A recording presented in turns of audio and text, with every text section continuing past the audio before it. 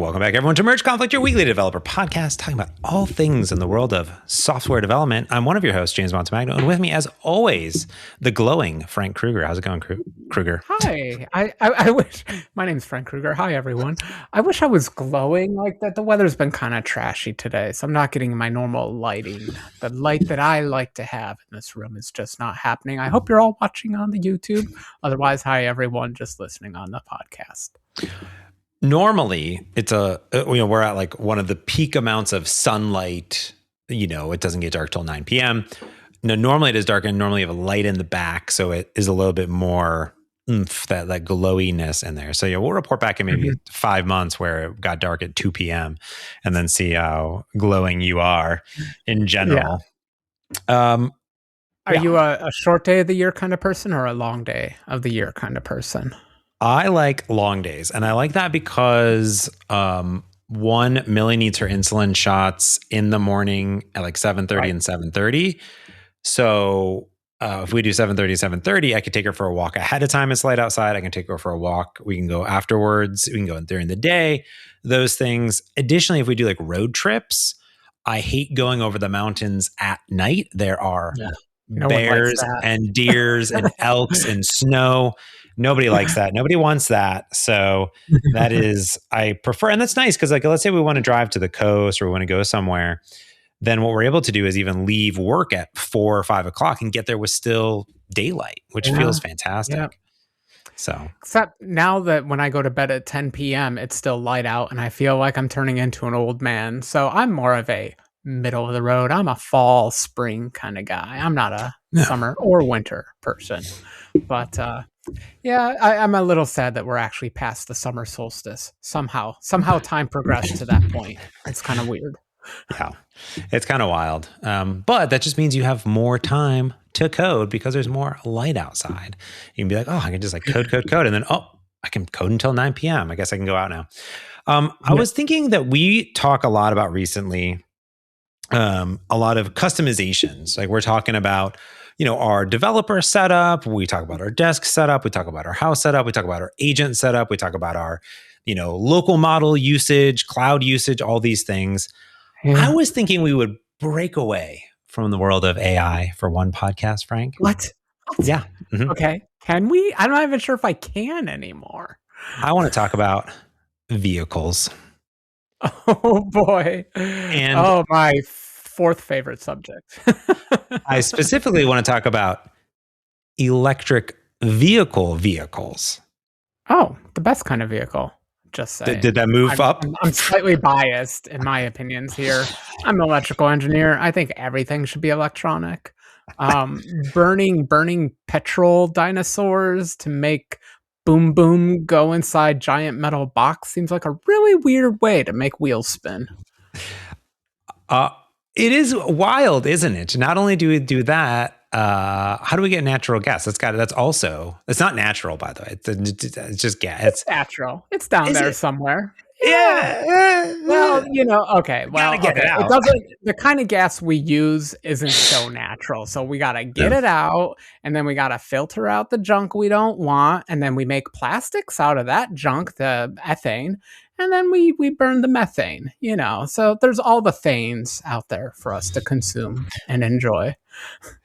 Yes. We currently have two dinosaur.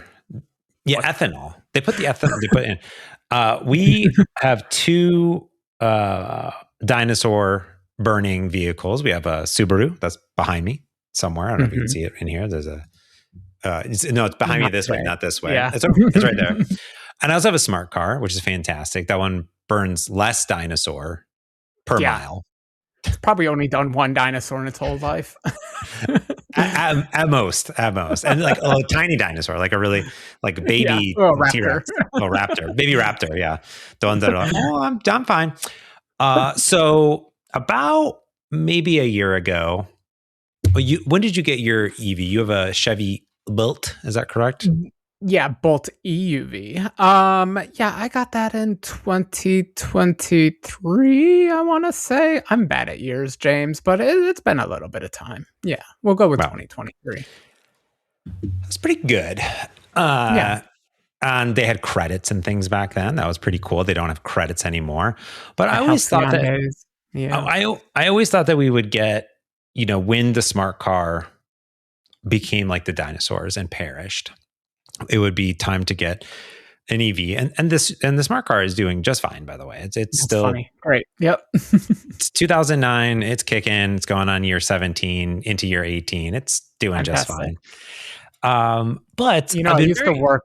Sorry, just Go ahead. interjecting. I used to work at an automotive manufacturer, and I got to tell you, cars are designed to last 10 years. Like, as engineers, that's all we're aiming for. The warranty is for 3. We actually want the parts to last for 10. So if you make it past 10, honestly, you're doing fine. You are That's doing pretty fine. good. The Subi's on, we bought them both used off of Craigslist. The Subi is on year it's 2017, so year 9, so it's getting into year 10. This puppy is, watch out. it's a Subaru. They last forever. It's got 130 on it, and we do drive that one the most because obviously the smart car is a smart car, and we don't drive it as much. It's more for like in town stuff.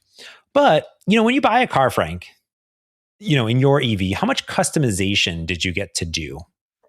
Oh, golly. It kind of breaks my heart because, as I said, I did work in a manufacturer. So I would want to do so much customization. But dealing with dealerships is the absolute worst, most annoying thing on the planet. So, Terrible. what you want to do is walk in with every single little optional part selected. Yes, no. Hand them a checklist. They'll say, okay, we'll have that car in a week. And then you come back and you get your car. It's not how it works at all. If you want to do like a perfectly customized car to your very particular, you got to put in a factory order, and it's going to take 3 to 9 months for that factory to actually get that car over to you. And even then, the dealer's probably going to mess with you somehow because they love to mess with you. So how much customization did I do? 0. I came in with a list of the options I wanted, and I got the options I wanted. But guess what, James? I got options I didn't want. Because it was either that or wait 3 to 6 to 9 months and not have a car. So that's how they get you. If I wanted the self-driving capability on the car, and that puts you into a certain tier, and then that tier comes with a bunch of like Bose stereo systems and junk like that. I don't really care about leather seats. Don't care about speedometer. Don't need one. But force me to take it. You got it now. You got all the gizmos and widgets and wingbats and goober glops in there. Cars like base price. If you can just get the base price of a car, that's all you need. You don't need the leather seats. They're uncomfortable in the summer. You don't need the speedometer. You just go to the speed everyone else is going. That's safety. I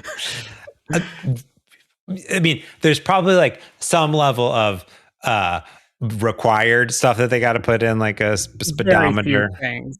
Headlights, some windshield wipers, and a little one bag that inflates. Hang up on a mirror. Yeah. one little thing, if you get in an accident, it inflates and it's boom, little safety bag.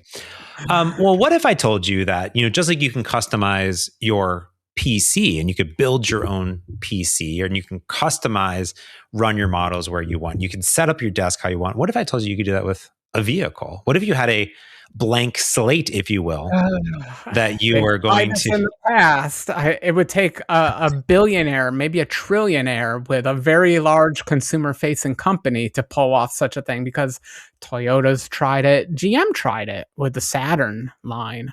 Every car company has tried. It just turns out logistics, and I'm going to sound like Tim Apple now, logistics is hard. So actually getting like custom orders to the customer on time. I mean, there's reasons there are dealerships, to be blunt. So like selling direct to the consumer and taking customized stuff from the factory is difficult. Now I know money solves all problems. So if you're willing to blow a lot of money, you can solve this problem. But can you solve it for 10 years? Can you create a sustainable business for 10 years with that?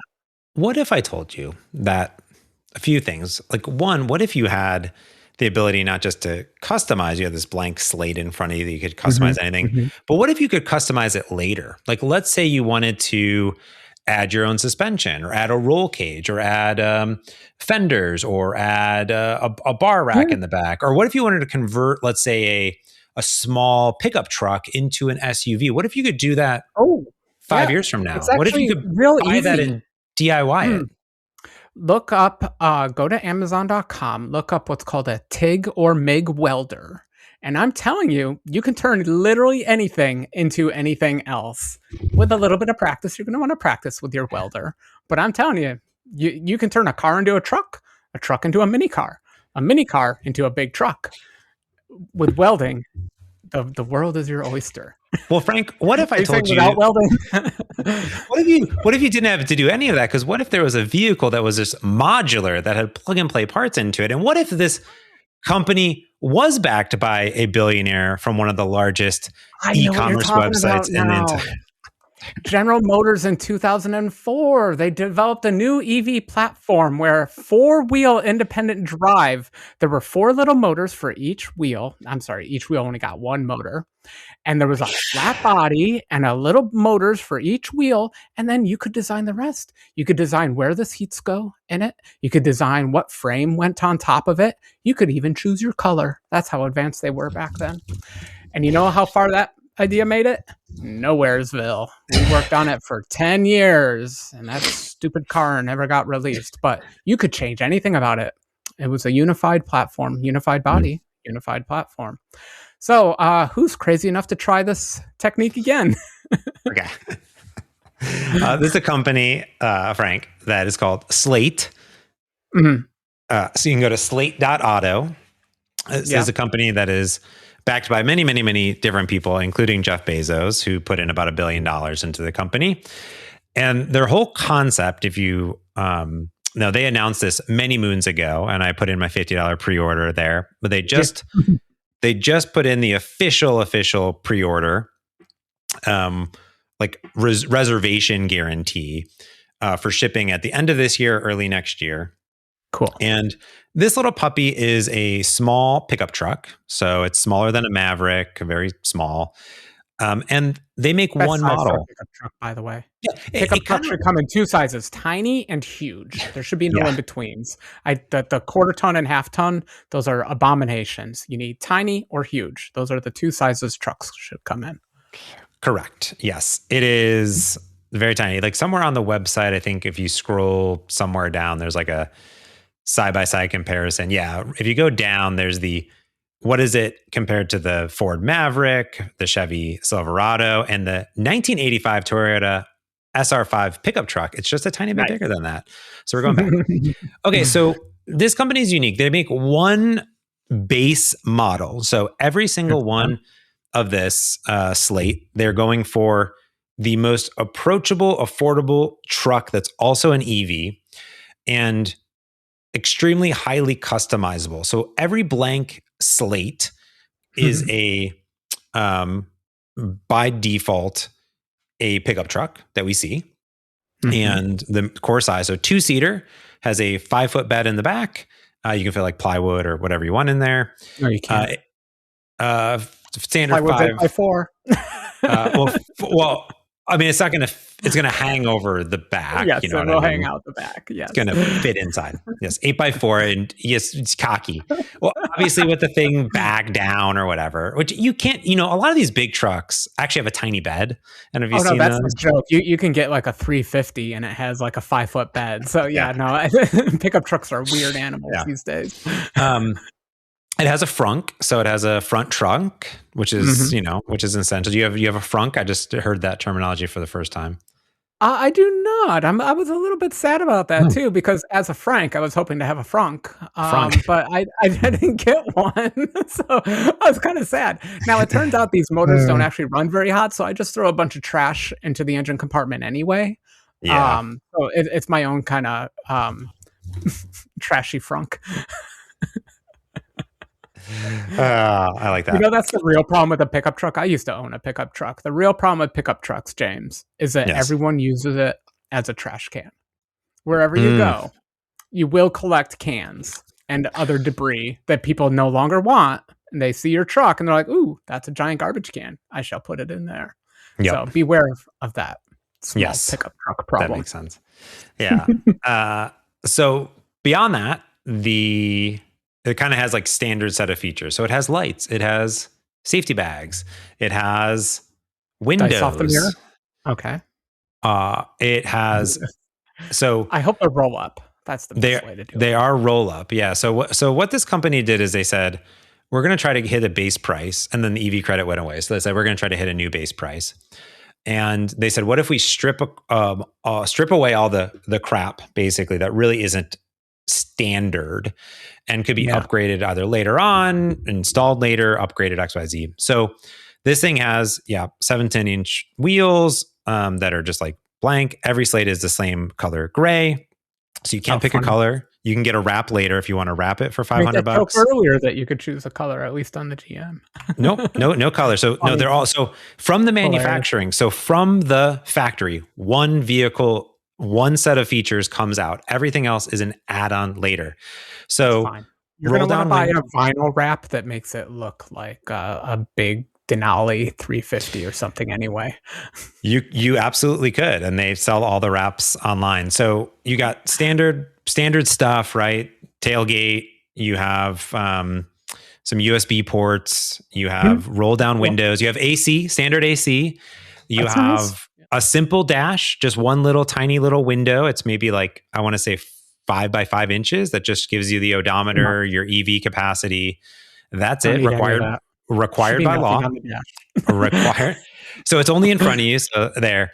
And then it has a cell phone station that you can put your cell phone in. No speakers, no audio. That is funny. Okay. Yeah. I was making fun of the Bose system, but I would want at least a little speaker. But you can buy cheap speakers. That's fine. It doesn't have any center thing, but it does have cup holders. So that's good. Armrests. What you're saying, what is this? It sounds like maybe $8,000. I think that's what I'd spend on it. Yeah, correct. So it's going to give you by default out of the box 205 miles, and it's using the newer. What's the battery that's newer? The L something, the one that you can charge up to 100%. Yeah, I'm sorry, I can't keep up with battery technologies. It's going to be a lithium variant. Who knows? Yep. There's so many chemistries for lithium these days. You can't. There's some new one. So the starting price that's made in the US, it's going to start at $24,950. So just under $25,000, which is the absolute cheapest truck and cheapest EV on the market. The Chevy Bolt starts at about $30,000. Mm-hmm. Now, of course, you can add on anything. So here's the cool part about it. When you go to slate.auto, you have the little thing. You can turn it into an SUV. You can add additional seats in the back. You can add a roll cage. It can be open. It can be closed. It can, you can put on bigger wheels. You can lift it. You can, add little step holders on it. You can add wraps to it. You can add the speakers. You can do everything. So, and you can do that anytime. So there's basically a modular bolting system, and all of the components are all just add on later, and they have different difficulties. Yeah. So, and my assumption is that you'll be able to make your own parts too, because sure, the aftermarket should be huge. If it's all easy installation for the OEM junk, then I imagine the aftermarket's going to be pretty hot if they can manage to sell a bunch of these things, and the aftermarket will catch up. Yeah. So, and they have tons of designs like decals and body styles and wraps and all this stuff. And obviously, if you go up to like an SUV, you're at like 30,000 if you just add that onto it, and which is still pretty good. But it's only real world drive, only 205 miles, which is up from their default. Previously, they were going to have two models, one lower, one higher, one 160 and one 250.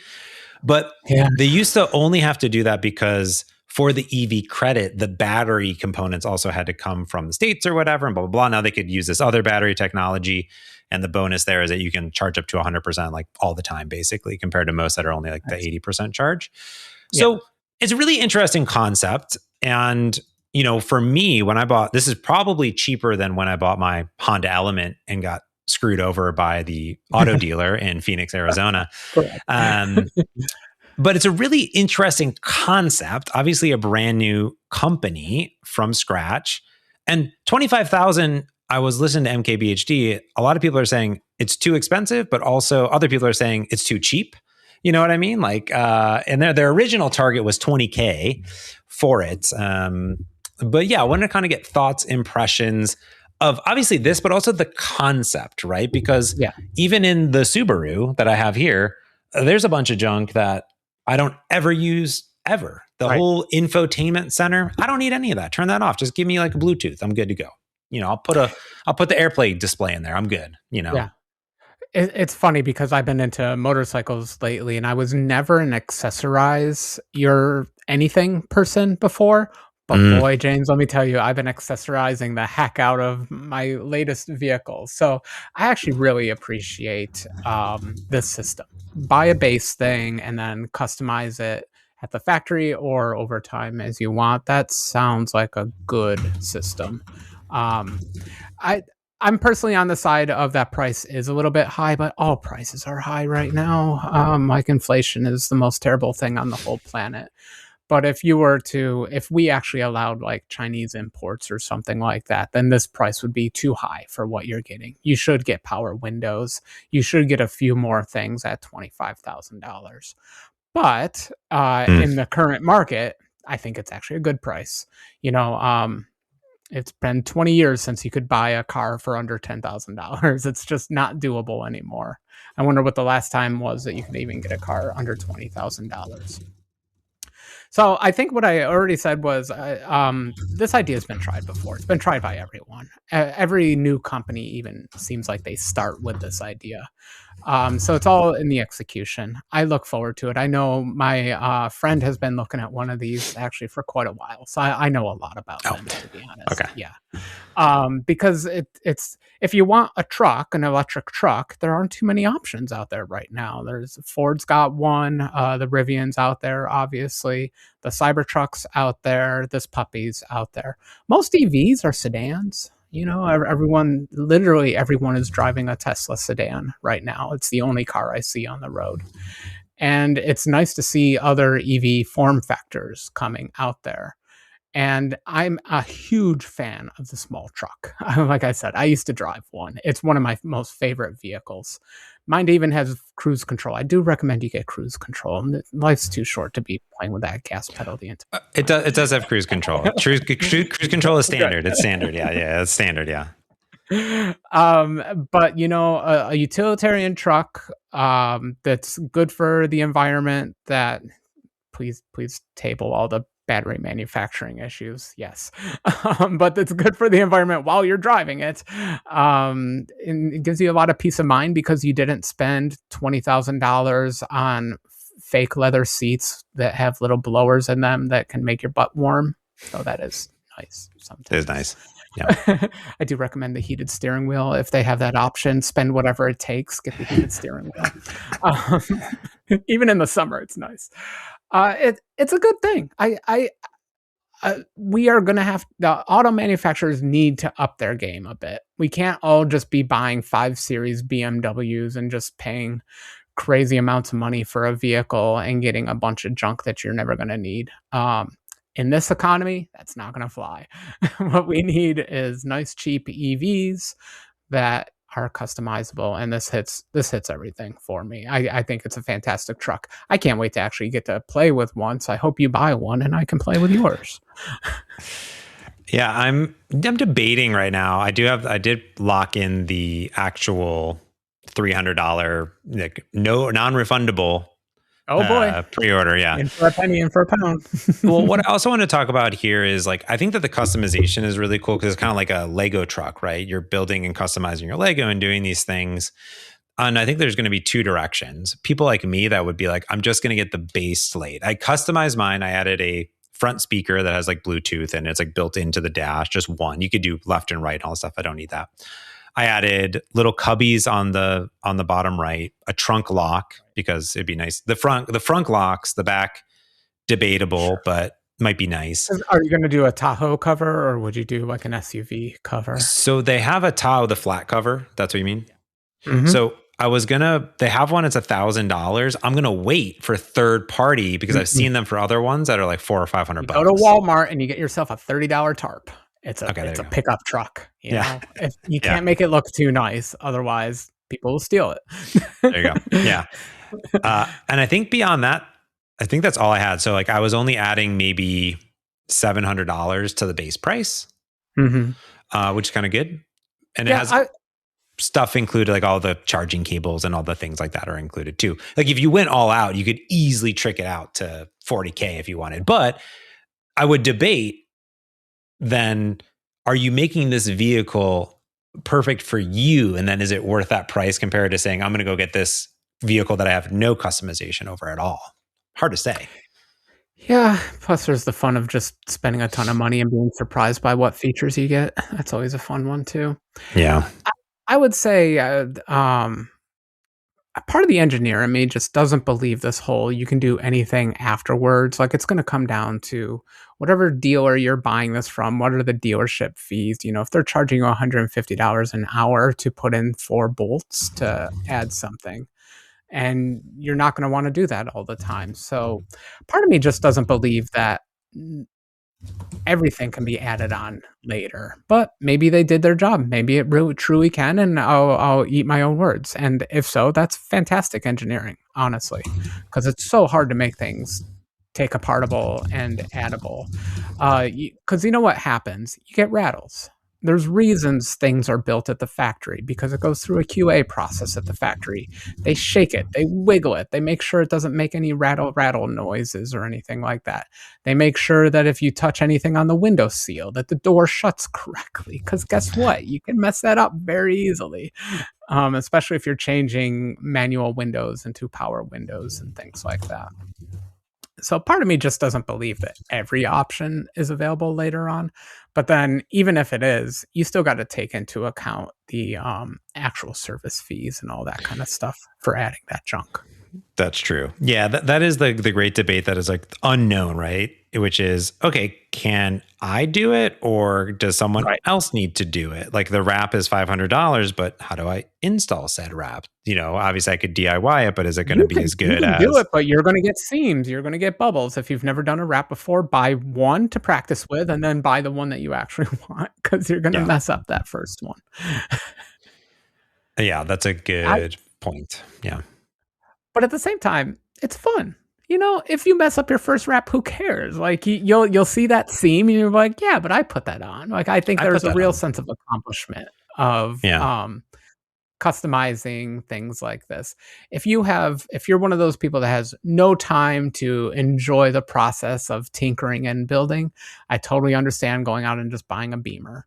But if sounds like if you have any interest at all in customizing your own vehicle, this thing's gonna be right up your alley because Yeah. there's gonna be a ton of little cheap things you can buy for it, and you'll be able to just play around. 3D print your own little attachments. Exactly. Well, a few questions for you on the EV front, Mhm. because, you know, obviously not all EVs are created equal. So you know Yeah. a lot about EVs and charging and electric things. So this puppy has level 1, level 2, and level 3 charging. Is that Yeah. good? Is that enough? Is that standard today? So level 2 is basically your home charging.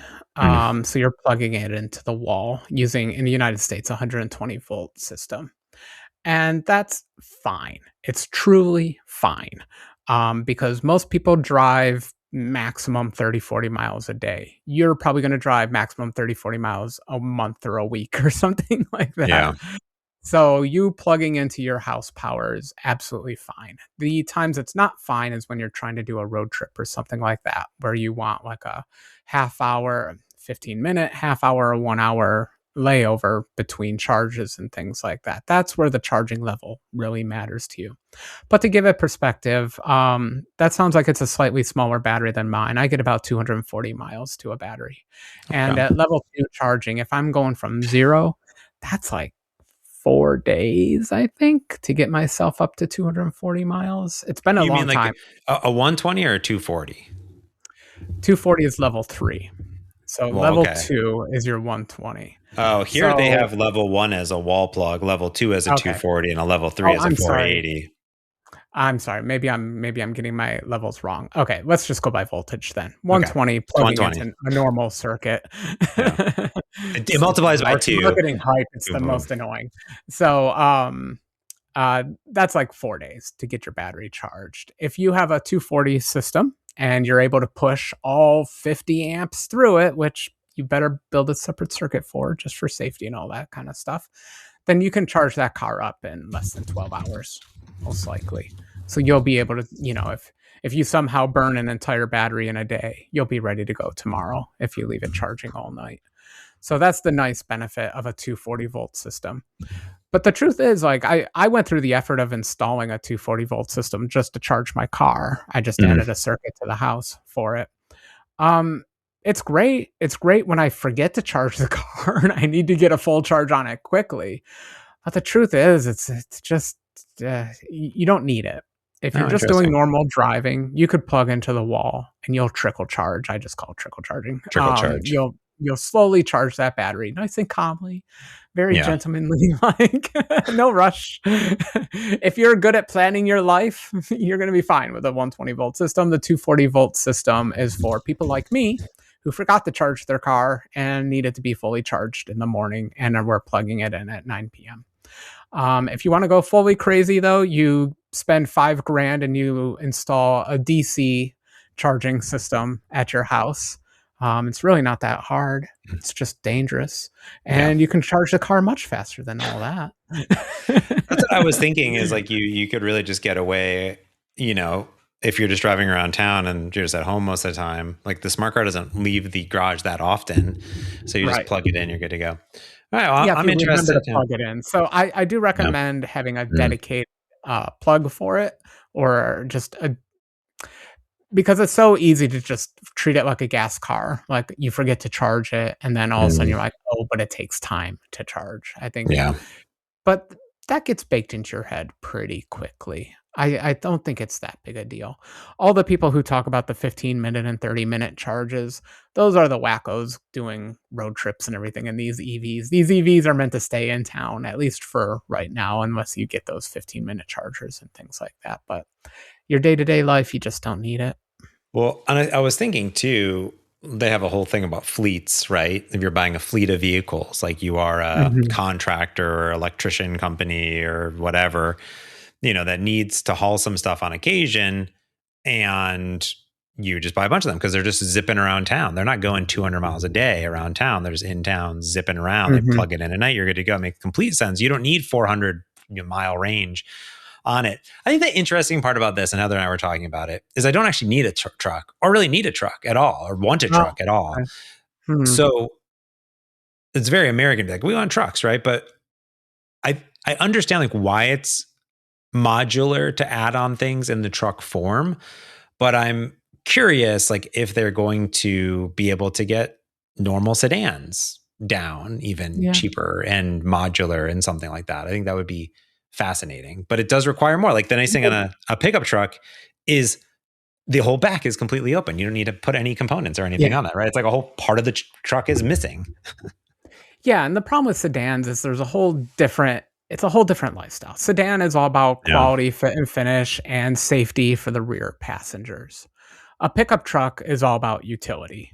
I am here to move half sheets of plywood around with the other half hanging out the back, and I'm here to move my garbage to the dump. When I lived in the city, I had zero use for a truck. But living on an island, I have tons of use for a truck. Now, Mm. I did the pro move of I just put a trailer hitch on my car and bought a trailer. And so now I have a proper 8-foot bed on my little EV, and life is good. I went from 240 miles to 150 miles because the car really hates towing, but it has all the torque in the world and it can handle all that kind of stuff. So yeah, for your case, if you don't need a truck, I get where you're coming from, but there's plenty of sedans out there to choose from. You can just pick one of the sedans, but it doesn't have the customization and all that. I get that. Yeah. I just think it's good for them to fill this market, because the small truck market is quite big in the U.S. and Yeah. for good reason. We're a Yeah. very rural country. There's a lot of rural needs for a truck that size. All right. That's all I got. Just talking about trucks. It's fun. I love talking cars. I can talk cars all day. I never get to talk cars anymore. I spent half of my early career just working on cars, and I miss it sometimes. It's fun, the practical challenges. It's a real mishmash of engineering and consumerism and keeping the price down, but building something awesome. It's hectic and crazy. So it's fun to see new companies out there, and I'm glad you're at least looking at it. So between you and my other friend, hopefully one of you will buy one so I can go play with it. We'll see. Well, the hope is that there's actually not that much to play with because there's not that much inside. Oh, and to me, I prefer that. So by the way, like the reason I'm so interested in it is because I don't necessarily want all these gizmos and gadgets and all these things.